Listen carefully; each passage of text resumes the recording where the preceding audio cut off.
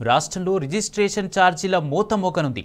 తాజాగా ఛార్జీలను పెంచాలని సీఎం రేవంత్ రెడ్డి అధికారులను ఆదేశించారు. వ్యవసాయేతర భూముల విలువ, స్టాంప్ డ్యూటీ సవరణపై అధ్యయనం చేయాలని అధికారులను ఆదేశించారు. ఈ మేరకు అధికారులతో నిర్వహించిన సమీక్షలో కీలక ఆదేశాలు జారీ చేశారు.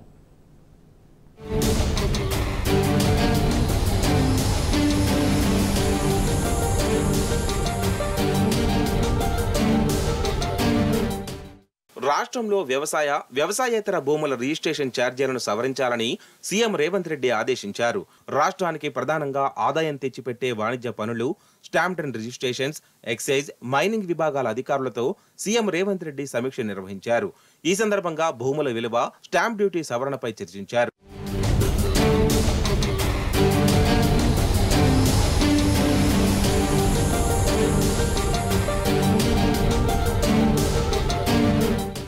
హైదరాబాద్తో పాటు రాష్ట్రంలోని అన్ని చోట్ల భూములు, స్థిరాస్తుల రేట్లు భారీగా పెరిగినప్పటికీ అదే స్థాయిలో రెవెన్యూ రాబడుల్లో రిజిస్ట్రేషన్లు, స్టాంపుల ద్వారా వచ్చే ఆదాయం పెరగలేదన్నారు. చాలా చోట్ల భూముల మార్కెట్ విలువకు, వాస్తవ క్రయ విక్రయాల రేట్లకు పొంతన లేకపోవడం ఇందుకు ప్రధాన కారణమని రేవంత్ రెడ్డి అన్నారు. 2021లో అప్పటి ప్రభుత్వం భూముల విలువను, రిజిస్ట్రేషన్ ఛార్జీలను పెంచిందని చెప్పారు.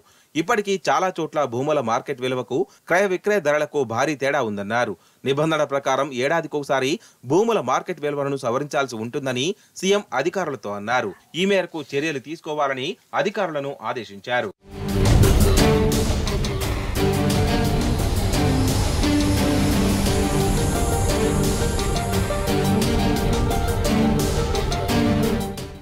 గత ఏడాది ప్రభుత్వ ఖజానాకు వచ్చిన ఆదాయం ఆశాజనకంగా లేదని సీఎం అసంతృప్తి వ్యక్తం చేశారు.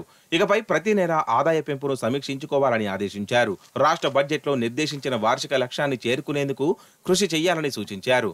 పన్నుల ఎగవేత లేకుండా కఠిన చర్యలు చేపట్టాలని స్పష్టం చేశారు.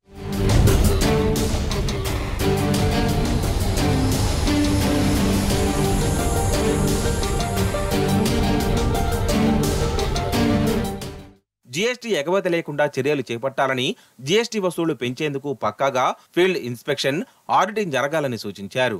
జీఎస్టీ ఎగవేతదారులు ఎంతటి వారైనా ఉపేక్షించకుండా నిక్కచ్చిగా పన్నులు వసూలు చేయాలని రేవంత్ ఆదేశించారు. వాణిజ్య శాఖలో ఇంతకాలం జరిగిన పొరపాట్లు పునరావృతం కావద్దని హెచ్చరించారు. జీఎస్టీ రిటర్న్ పేరిట వెలుగులోకి వస్తున్న అవినీతి తావు లేకుండా వ్యవహరించాలన్నారు.